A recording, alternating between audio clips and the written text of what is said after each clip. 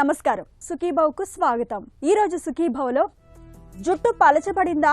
అయితే ఈ చికిత్స మీకోసమే. పిల్లల్ని కంటే వృద్ధాప్యమా? జీవితం నిరాసక్తంగా మారిందా? పొట్టలో ప్రమాదకర క్యాన్సర్, జిస్ట్, ఇంకా హెల్త్ టిప్. జుట్టు రాలడం మొదలైనప్పుడు దాన్ని ఆపేందుకు మనకు ఫినాస్టెరాయిడ్ వంటి మందులు, మినాక్సిడిల్ వంటి లోషన్లు ఇవాళ అందుబాటులో ఉన్నాయి.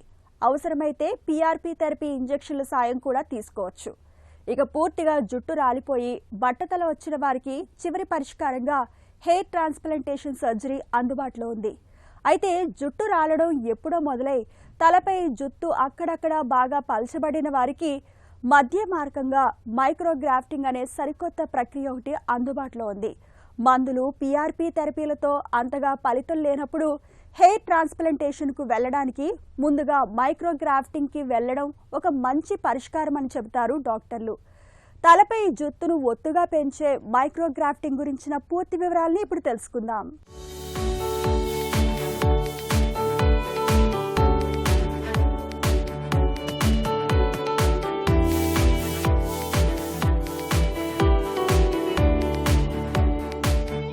వయసు పెరుగుతున్న కొద్దీ మనందరిలోనూ హార్మోన్ల ప్రభావంతో జుట్టు ఊడిపోవటం కొంత సహజమే. కానీ కొంతమందిలో 20-30 ఏళ్లకే జుట్టు వేగంగా రాలిపోతూ జుట్టు బాగా పలచబడిపోతూ ఉంటుంది. ఇలాంటప్పుడు తల మీద నుంచి కురులు కనుమరుగవుతున్న కొద్దీ మనసులో ఏదో వెలితి మొదలవుతుంది. ఏదో కొరతగా, ఆత్మన్యూనతగా, లోపంగా, ఇలా రకరకాల భావాలు మనసులో ముసురుకుంటూ లోలోన విపరీతమైన మదనం మొదలవుతుంది. కొంతమంది తీవ్రమైన డిప్రెషన్లోకి వెళ్ళిపోతుంటారు. అయితే ఈ కేసర్ రాహిత్యాన్ని అధిగమించేందుకు ఆధునిక వైద్యంలో ఇవాళ ఫినాస్టెరాయిడ్ వంటి మందులు, మినాక్సిడిల్ వంటి లోషన్లు, PRP ఇంజెక్షన్లు, హెయిర్ ట్రాన్స్ప్లాంటేషన్ రూపంలో చక్కటి పరిష్కారాలు మనకు అందుబాటులో ఉన్నాయి. అయితే పూర్తిగా బట్టతల రాని వారికి, తలపై జుట్టు అక్కడక్కడ పలచబడిన వారికి తాజాగా మైక్రోగ్రాఫ్టింగ్ రూపంలో ఒక చక్కటి చికిత్స అందుబాటులోకి వచ్చింది. గ్రాఫ్టింగ్ అనే పార్ట్ ఇక్కడ అంటే హెయిర్ ట్రాన్స్ప్లాంటేషన్కి దీనికి తేడా డెఫినెట్గా ఉన్నాయండి. ఇది వన్ టైప్ ఆఫ్ ఏంటంటే హెయిర్ రెస్టరేషన్ మెథడ్స్ అనమాట. హెయిర్ తిన్ని అయిపోయిన వాళ్ళకి ఎక్కువగా వాడతాం, అంతేగాని పూర్తిగా బాల్డ్ అయిపోయిన వాళ్ళకి ఇది పనికిరాదండి. సో మెయిన్లీ థిన్నింగ్ అంటే పలసపడుతుంది అనే వాళ్ళకి ఇది వాడతాం అన్నమాట. సో నెక్స్ట్ ఈ పలసపడుతుంది అనే వాళ్ళకి ఎవరికి ఎక్కువ ఏజ్ బాగా ఉపయోగపడుతుంది అనుకుంటే, ఈ ఏజ్ ఏంటంటే యూజువల్గా యంగ్ పీపుల్ కానించి మిడిల్ ఏజ్డ్ వరకు లోపు వాళ్ళకి ఎక్కువ ఉపయోగపడుతుంది అన్నమాట. ఎందుకు ఈ ఏజ్ దాని గురించి అంటే, వీళ్ళలో మనం ఏదైనా ఈ ట్రీట్మెంట్ చేసినప్పుడు ఏమవుతుందంటే, ఇది బేసికల్ ఏం చేస్తుందంటే, ఇది అక్కడ లోకల్గా ఆ ఏరియాలో ఉన్న రీజనరేటివ్ సెల్స్ని అంటే జర్మినల్ సెల్స్ని మళ్ళీ రీజనరేటివ్ ట్రై చేస్తుంది అనమాట చేయడానికి.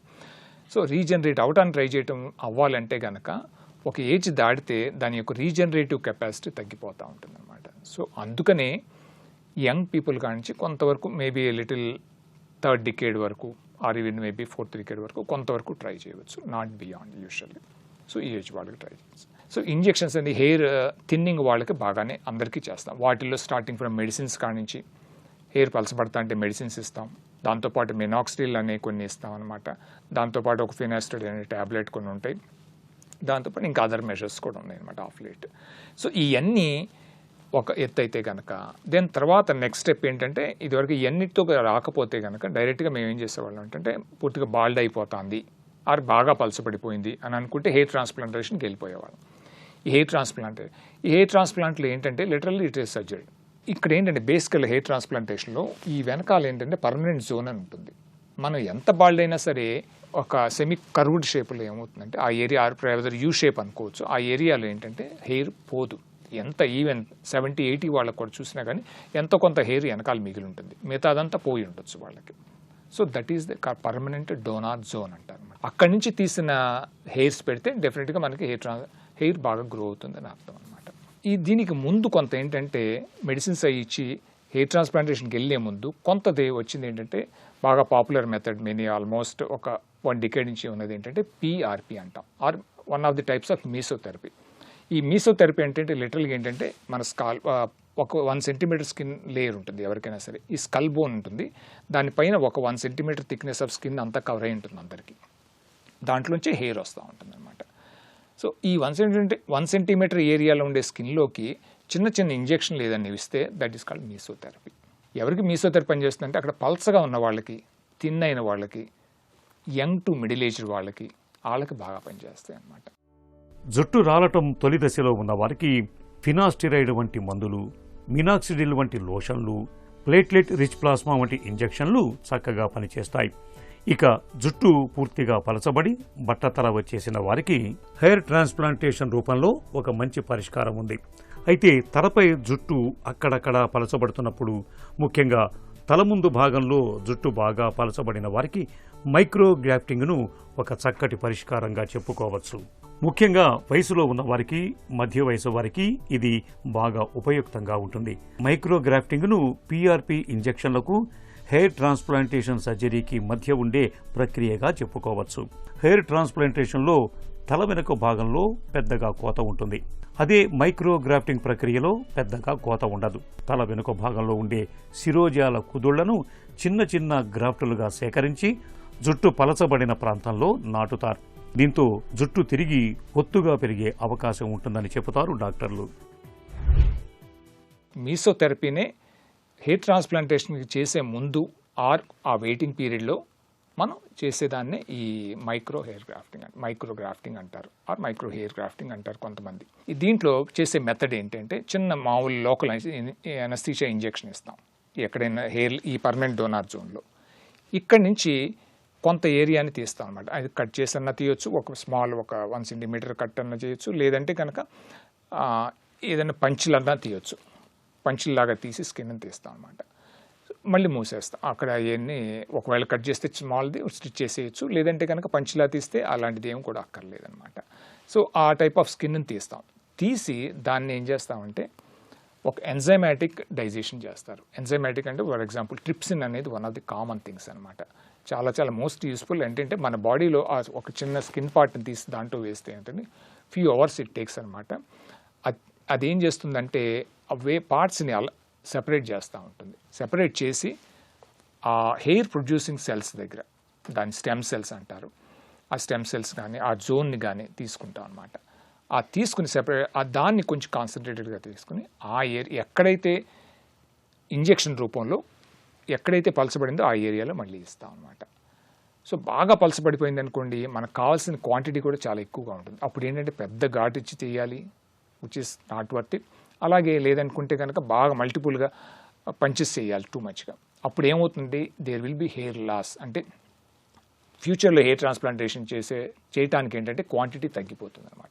అందుకని లిమిటెడ్ ఏరియాస్ వాళ్ళకి ఇది బాగా ఉపయోగం. మైక్రోగ్రాఫ్టింగ్ అనేది జుట్టు పలచబడిన వారికి, తల ముందు భాగంలో జుట్టు తక్కువగా ఉన్నవారికి బాగా ఉపయుక్తంగా ఉంటుంది. PRP థెరపీలో ప్లేట్లెట్ కణాల నుంచి గ్రోత్ ఫ్యాక్టర్స్ని తీసుకొని ఇంజెక్షన్ చేస్తారు. అంటే మొక్కలకు ఎరువు వేసినట్లుగా ఉంటుంది. అదే మైక్రోగ్రాఫ్టింగ్ విధానంలో వెంట్రుకల కుదుళ్లలోని హెయిర్ సెల్స్ని తీసుకొచ్చి నాటడం వల్ల మెరుగైన ఫలితాలు ఉంటాయి. హెయిర్ ట్రాన్స్ప్లాంటేషన్తో పోలిస్తే పెద్దగా కోత ఉండదు. చిన్న చిన్న ప్యాచెస్ లాగా తీసుకోవటం చర్మంపై మచ్చలు, గాయాలు కనిపించే అవకాశం ఉండదు. చిన్న చిన్న గ్రాఫ్ట్స్ని ఉపయోగించటం వల్ల హెయిర్ లైన్ అనేది చూడటానికి చాలా సహజంగా కనిపిస్తుంది. ఈ విధానంలో జుట్టు ఎక్కువగా కావాలనుకున్న చోట ఎక్కువగా, తక్కువ కావాలనుకున్న చోట తక్కువగా పెట్టచ్చు. చిన్న చిన్న కోతలే కాబట్టి చాలా త్వరగా కోలుకుంటారు. మొత్తంగా మైక్రోగ్రాఫ్టింగ్ విధానాన్ని జుట్టు పలచబడిన వారికి ఒక మెరుగైన ప్రత్యామ్నాయమని చెప్పుకోవచ్చు. హెల్త్ న్యూస్ మీకోసం.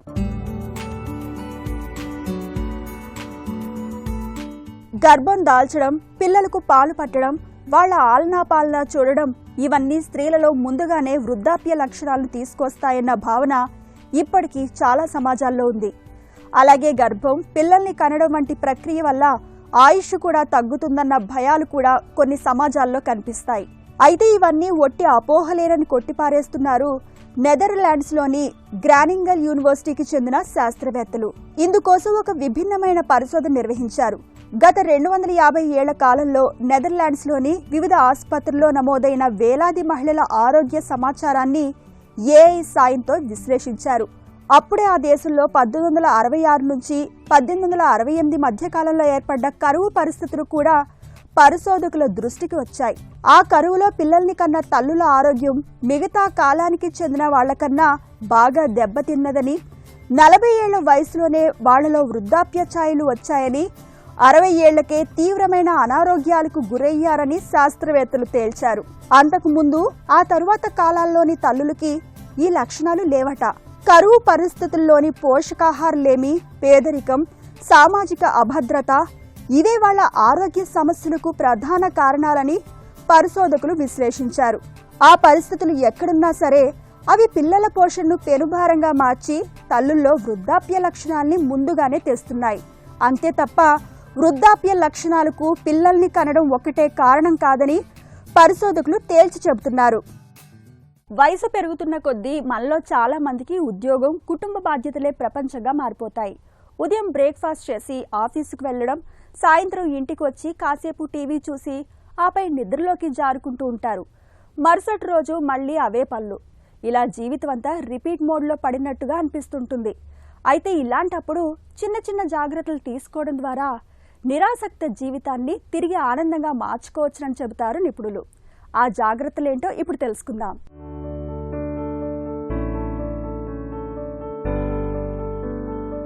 నిత్య జీవితంలో కొత్తగా చేసే పనులు మనిషికి నూతన ఉత్సాహాన్ని, ఉత్తేజాన్ని కలిగిస్తాయి. ఇందుకోసం రొటీన్ జీవితంలో ఓ రోజును భిన్నంగా గడిపితే చాలు. ఉదాహరణకు ఇవాళ మనలో చాలా మంది ఆఫీస్ పనుల్లో పడి స్నేహితులను ఫోన్లో పలకరించడమే తప్ప వారిని కలిసే అవకాశం ఉండటం లేదు. ఇలాంటప్పుడు వీలు చూసుకొని ఓ రోజు స్నేహితుల్ని ఇంటికి ఆహ్వానించడం, వారితో కలిసి భోజనం చేయడం, సరదాగా మాట్లాడుకోవడం వంటివి స్నేహబంధాన్ని బలపరచడమే కాదు, మనలో తెలియని ఉత్సాహాన్ని కలిగిస్తాయి. అలాగే ఆఫీసు, ఇల్లు అన్నీ పక్కన పెట్టేసి ఒక రోజంతా ప్రకృతిలో గడిపేందుకు ప్రయత్నించడము మంచిదే. పార్కులు, బీచ్ల్లో సేద తీరడం, వీలైతే కొండలు, అడవులు, సరస్సులు ఉండే దూర ప్రాంతాలకు వెళ్తూ ప్రయాణాన్ని ఆస్వాదించడం, వెళ్లిన చోట ప్రకృతిలో మమేకం కావడం వంటివి సరికొత్త అనుభూతుల్ని అందిస్తాయి. నిరాసక్త జీవితంలో తిరిగి ఉత్సాహాన్ని తీసుకొస్తాయి. అలాగే వారానికో, నెలకో రోజు మొత్తం సోషల్ మీడియాకు దూరంగా ఉండడము మంచిదే. సోషల్ మీడియాకు బదులుగా పుస్తకం చదవచ్చు, ఇంటిని చక్కగా సర్దిపెట్టచ్చు, వాహనం శుభ్రం చేసుకోవచ్చు, లేదంటే ఏ ఆలయానికో, స్వచ్ఛంద సంస్థకో వెళ్లి రోజంతా వాలంటీర్గా పనిచేయొచ్చు. ఇవన్నీ రోజువారీ జీవితంలో కొత్త కోణాన్ని ఆవిష్కరిస్తాయి. రొటీన్ జీవితంతో అలసిపోయిన శరీరానికి, మనసుకు విశ్రాంతి అవసరం. అందుకే ఇంట్లోనే ఉండి ఏ పని చేయకుండా ఒక రోజంతా విశ్రాంతి తీసుకోవడం, గంటల తరబడి నిద్రించటం, టీ, కాఫీని ఆస్వాదిస్తూ తాగడం, ఇంట్లో చిన్నపిల్లలు, పెంపుడు జంతువులతో ఆడుకోవడం, ఇలాంటి చిన్న చిన్న పనుల వల్ల మన ఒంట్లో శక్తి పునరుత్తేజితం అవుతుంది. వారానికో, నెలకోసారి అన్ని పనులకు సెలవు పెట్టి గతంలో ఎప్పుడూ చేయని పనులు చేయడానికి ప్రయత్నించడం, తెలియని స్పోర్ట్స్, భాషలు నేర్చుకోవడం, శారీరక సౌందర్యంపై దృష్టి పెట్టడం మేలు. జీవితం బోర్ కొట్టినట్టుగా అనిపిస్తున్నప్పుడు షాపింగ్ చేయడము మంచిదే. అది మనలో ఉత్తేజాన్ని, ఆనందాన్ని కలిగిస్తుంది. షాపింగ్ అంటే నచ్చిన ప్రతి వస్తువు కొనాలని లేదు. షాపింగ్ మాల్లో నడుస్తూ విండో షాపింగ్ చేయొచ్చు. ఇలాంటి చిన్న చిన్న వ్యాపకాలు, జాగ్రత్తలు మన జీవితాన్ని బోర్ కొట్టనివ్వకుండా నిత్యం ఉత్సాహంగా, ఉత్తేజంగా ఉంచుతాయి. మన పొట్టలో కనిపించే చిన్న చితక సమస్యల్ని మనలో చాలా మంది పెద్దగా పట్టించుకోరు. గ్యాస్ట్రిక్ బాధలంటూ తేలిగ్గా తీసుకుంటూ ఉంటారు. నిజానికి ఇలాంటి చిన్న చిన్న ఇబ్బందులు వెనుక కొన్నిసార్లు జిస్ట్ వంటి ప్రమాదకర క్యాన్సర్లు పొంచి ఉండే అవకాశం ఉంది. సాధారణ కణితులకు భిన్నంగా జీర్ణాశయ గోడల కణజాలం నుంచి పుట్టుకొచ్చే జిస్ట్ క్యాన్సర్లకు ఇతరత్ర అంశాల కన్నా జన్యువుల మ్యూటేషనే ప్రధాన కారణమని పేర్కొంటారు నిపుణులు. పిల్లలు, యువకుల్లో కనిపించే రేర్ టైప్ జిస్ట్ క్యాన్సర్లకు చికిత్స, పరిశోధనల కోసం ఇంగ్లాండ్లో ప్రత్యేకంగా ఫాస్ట్ జిస్ట్ పేరుతో క్లినిక్ను నెలకొల్పి గత 2 దశాబ్దాలుగా సేవలందిస్తున్నారు మన తెలుగువారైన డాక్టర్ రమేష్ బుల్స్ గారు. పొట్టలో పురుడు పోసుకునే ప్రమాదకర జిస్ట్ క్యాన్సర్ల గురించి పూర్తి వివరాల్ని డాక్టర్ని అడిగి ఇప్పుడు తెలుసుకుందాం.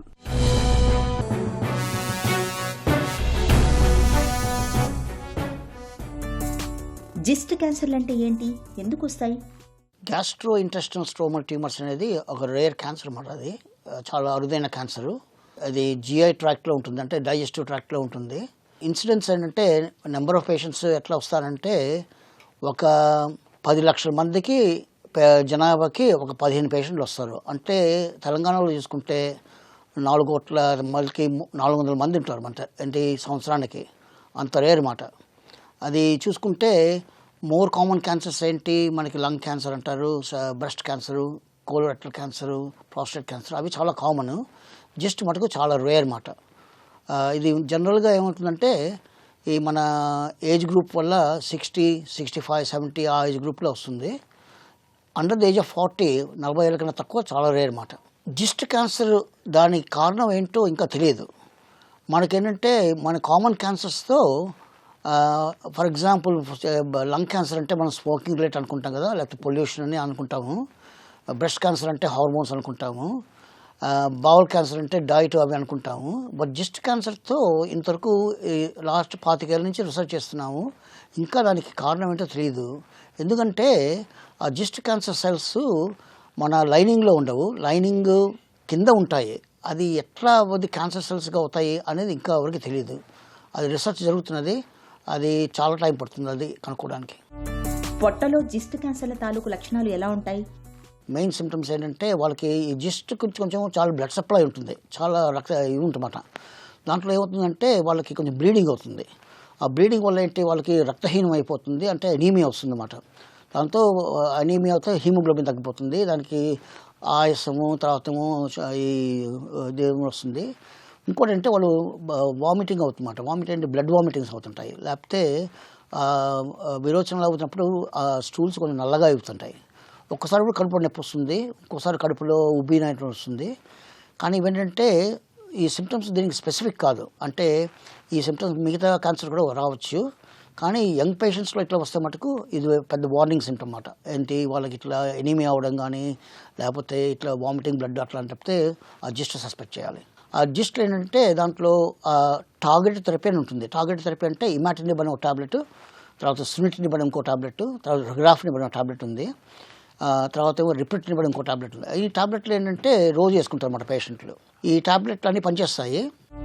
బ్రాండ్ మెడిసిన్, జెనరిక్ మెడిసిన్, వీటి మధ్య తేడాలేంటి? బ్రాండెడ్ మెడిసిన్స్ అంటే అది ఒక కంపెనీ వాళ్ళు చాలా ఇన్వెస్ట్ చేసి వాళ్ళు పేటెంట్ తీసుకున్నారు, అది వాళ్ళకి బ్రాండ్ ఉంటుంది అన్నమాట. బెస్ట్ ఎగ్జాంపుల్ ఇమాటినిబ్ అంటాను, దానికి కంపెనీ పేరు ఏంటంటే నోవార్టిస్, దాని డ్రగ్ పేరు అంటే గ్లీవెక్, అది బ్రాండెడ్ ఇమాటినిబ్ అన్నమాట. ఇప్పుడేంటి అన్నీ జనరిక్ వచ్చేసాయి, అవన్నీ వేరే డిఫరెంట్ కంపెనీస్ చేస్తున్నాయి అన్నమాట. మోస్ట్ ఇంపార్టెంట్ అంటే ఈ జనరిక్ ఇమాటినిబ్, జనరిక్ డ్రగ్స్ వాళ్ళు లైసెన్స్కి రావాలంటే అది వాళ్ళకి ఏంటంటే క్వాలిటీ అష్యూరెన్స్ ప్రోగ్రామ్స్ అన్ని కంప్లీట్ చేయాలి. ఈ లైసెన్సింగ్ అథారిటీస్ ఉంటాయి కదా, అది అమెరికాలోనూ FDA, మాకు యూరోప్లోనూ EMA, అండ్ దెన్ MHRA ఏమో యూకేలో, ఇండియాలో కూడా అట్లనే ఉంది. ఇవన్నీ ఏంటంటే వీళ్ళు చాలా జాగ్రత్తగా చూసుకుంటారు. ఏంటి క్వాలిటీ అష్యూరెన్స్ ఉందా, ఎగ్జాక్ట్లీ సేమ్ కంపోజిషన్ ఉందా, అవన్నీ చూసుకుని అప్పుడే రిలీజ్ చేస్తారు. జనరల్గా ఏంటి జనరిక్ డ్రగ్స్ అంటే సేఫ్ అని, అది సేమ్ ఎఫికసీ ఉండాలని, అంటే సేమ్ బెనిఫిట్ ఉండాలని చెప్పేసి. కానీ జాగ్రత్త ఏంటంటే కొన్ని కంపెనీస్ మేబీ వాళ్ళు రూల్స్ పాటించవచ్చు, అప్పుడు కొంచెం ఏంటంటే బెనిఫిట్స్ రాకపోవచ్చు, maybe some times side effects కూడా రావచ్చు. అందుకని కొంచెం జాగ్రత్తగా ఉండాలి. భారతదేశంలో క్యాన్సర్ కేసుల పెరుగుదలకు ఎలాంటి కారణాలను చెప్పుకోవచ్చు? అంతకుముందు రోజుల్లో మాకు స్కాన్లు ఉండేవి కాదు, CT స్కాన్లు ఉండేవి కాదు, CAT స్కాన్స్, PET స్కాన్స్ లేవు, MRI స్కాన్స్ లేవు, అంతమంది ఎండోస్కోపీలు కూడా చేసుకునేవాళ్ళు కాదు భారతదేశంలో. అంత ఎక్కువ క్యాన్సర్లు చూస్తున్నాము కంపేర్ టు 40 ఏళ్ళు 40 years బ్యాక్. అది ఒక సింపుల్ రీజన్ ఏంటంటే మేబీ మోర్ ఇన్వెస్టిగేషన్ చేస్తున్నాం కాబట్టి మళ్ళీ ఎక్కువ చాలా ఇన్వెస్టిగేషన్, మేబీ అది కరెక్ట్ అది. కానీ మా ఉద్దేశం ఏంటంటే జనరల్గా మన క్యాన్సర్ నెంబర్లు పెరుగుతున్నాయి. ఇది లైఫ్ స్టైలు, దాని తర్వాత డైట్, తర్వాత స్మోకింగ్, తర్వాత ఏంటంటే ఈ అల్ట్రా ప్రాసెస్ ఫుడ్ అని ఒకటి ఉంది. ఇది మనం బాగా కెమికల్లో యాడ్ చేసిన ఫుడ్ అది. దాని తర్వాత ల్యాక్ ఆఫ్ ఎక్సర్సైజ్, ఇవన్నీ ఒబిసిటీ కలుపుకొని కంట్రిబ్యూట్ చేస్తున్నాయి ఈ క్యాన్సర్ ఇన్సిడెన్స్ ఎక్కువ అవడానికి భారతదేశంలో అని చెప్పేసి. ఆరంభ దశలో గుర్తిస్తే జిస్ట్ క్యాన్సర్లలో కోలుకునే అవకాశాలు ఎలా ఉంటాయి? జిస్ట్ ఎర్లీ డయాగ్నోసిస్ చేస్తే అది క్యూర్, అంటే దానికి ఇంకా మళ్ళీ కంగారు పడాల్సిన అవసరం లేదు. అది ఆ సిమ్టమ్స్ గుర్తుపట్టాలి, ఆ సిమ్టమ్స్ గుర్తుపట్టిన తర్వాత సర్జన్ ఆపరేట్ చేయాలి. ఆ ప్రైమరీ ట్యూమర్ ఆ స్టమక్లో కానీ ఆ చిన్న ప్రోబుల్లో కానీ ఉంటే ఆపరేట్ చేసేస్తే అది క్యూర్ మాట.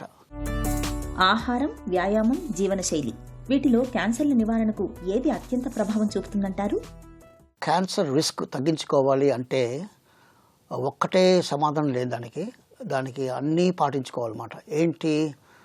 ఎక్సర్సైజ్ మోస్ట్ ఇంపార్టెంట్ మాట అది. దాని తర్వాత డయట్, అది ఈక్వల్లీ ఇంపార్టెంట్, చాలా ఇంపార్టెంట్ అది డయట్. అది ఆ ఫ్యాటీ ఫుడ్ తగ్గించుకోవాలి, అల్ట్రా ప్రాసెస్ ఫుడ్ కంప్లీట్లీ మానేయాలి. ఒక సింగిల్ అడ్వైజ్ ఏంటంటే, మేము అందరం ఆంకాలజీ స్పెషల్, క్యాన్సర్ స్పెషల్ అందరూ ఏమంటామంటే స్మోకింగ్, నో స్మోకింగ్. ఎందుకంటే వరల్డ్ వైడ్ మొత్తం ప్రపంచం మొత్తంలో కూడా కామనెస్ట్ కాజ్ ఏంటంటే స్మోకింగ్ రిలేటెడ్ క్యాన్సర్స్ అన్నమాట. ఆ స్మోకింగ్ వల్ల, ధూమపానం వల్ల క్యాన్సర్స్ వచ్చేది చాలా కామన్. ఇక్కడ వెస్ట్రన్ వరల్డ్లోనూ, ఆఫ్రికాలోనూ ఎక్కడైనా సరే స్మోకింగ్ రిలేటెడ్ క్యాన్సర్స్ అన్నమాట. స్మోకింగ్, తర్వాత ఆల్కహాల్ తగ్గించుకోవాలి. ఎవరు చెప్పరు ఆల్కహాల్ మానేయద్దని చెప్పేసి, బట్ ఆల్కహాల్ సపరేట్గా తగ్గించుకోవాలి. క్యాన్సర్ల నివారణ విషయంలో భారతీయులకు ఎలాంటి పరీక్షలు అవసరం? సర్వైకల్ క్యాన్సర్ స్క్రీనింగ్ ఉంది, దానికి పాప్స్మియర్ అంటారు. అది అప్పటి నుంచే ఉంది, అది చాలా బెనిఫిట్స్ చూపించింది. ఇప్పుడేంటంటే ఈ మధ్య colorectal cancer, balls cancer screening అని వచ్చింది. అది దాన్ని కొలనోస్కోపీ అని అట్లా అంటారు. తర్వాత మేము ఇప్పుడు ఈ మధ్య లాస్ట్ 1 yearలో యూకేలో లంగ్ క్యాన్సర్ స్క్రీనింగ్ ఇంప్లిమెంట్ చేసాము. అంటే ఏంటి? ఆ లంగ్ క్యాన్సర్ పేషెంట్లు, ఇది మామూలు నార్మల్ జనాభాలో ఈ సిటీ స్కాన్ ఇస్తారన్నమాట వాళ్ళకి. ఆ సిటీ స్కాన్లో అది ఎర్లీ లంగ్ క్యాన్సర్ పికప్ చేసుకోవడానికి, అది ఇంపార్టెంట్. అది సమీప భవిష్యత్తులో క్యాన్సర్ చికిత్సల తీరుతెన్నులు ఎలా ఉండబోతున్నాయి? క్యాన్సర్ ట్రీట్మెంట్లు డివైడ్ చేసుకోవాలంటే మనకు ఓల్డ్ ఫ్యాషన్డ్ పాతకాలం ఉంది, సర్జరీ ఉంది, అది ఇంకా స్టాండర్డ్. అది one of the best treatments. అది సర్జరీ, దెన్ కీమోథెరపీ, రేడియోథెరపీ. ఈ మధ్య రీసెంట్గా ఇమ్యూనోథెరపీ అని కొత్తగా వచ్చింది. దాని తర్వాత టార్గెట్ థెరపీ అని ఇంకోటి వచ్చింది. కానీ ఈ మధ్య ఏమని చేశారంటే పర్సనలైజ్డ్ మెడిసిన్ అని ఒక కొత్త టర్మ్ పెట్టారు. అంటే ఏంటి? ఆ ట్రీట్మెంట్ ఆ పేషెంట్కి టైలర్ చేస్తామన్నమాట, అది మ్యాచ్ చేస్తాము. ఆ పేషెంట్ క్యాన్సర్కి ఆ ట్రీట్మెంట్ మ్యాచ్ చేస్తాము. అంటే ఏంటి? ఆ ట్యూమర్ని ఇంట్రోగేట్ చేసి దానికి క్వశ్చన్స్ వేసి దానికి జినోమిక్ సీక్వెన్సింగ్ చేస్తారు. అంటే ఏంటి? దాంట్లో ట్యూమర్లో ఏ జీన్స్ ఫాల్టీ ఉన్నాయి, ఆ జీన్స్ ఫాల్టీ అడ్వాంటేజ్ తీసుకోవచ్చా అని, ఆ ఫాల్టీ జీన్ ఉంటే అది దాన్ని స్విచ్ ఆఫ్ చేయొచ్చా అని చెప్పేసి, అట్లా చేసిన తర్వాత దానికి మెడికేషన్స్ ఉన్నాయన్నమాట. ఏంటి? మందులు ఉంటాయి, ఆ మందులు వేసుకోవచ్చు.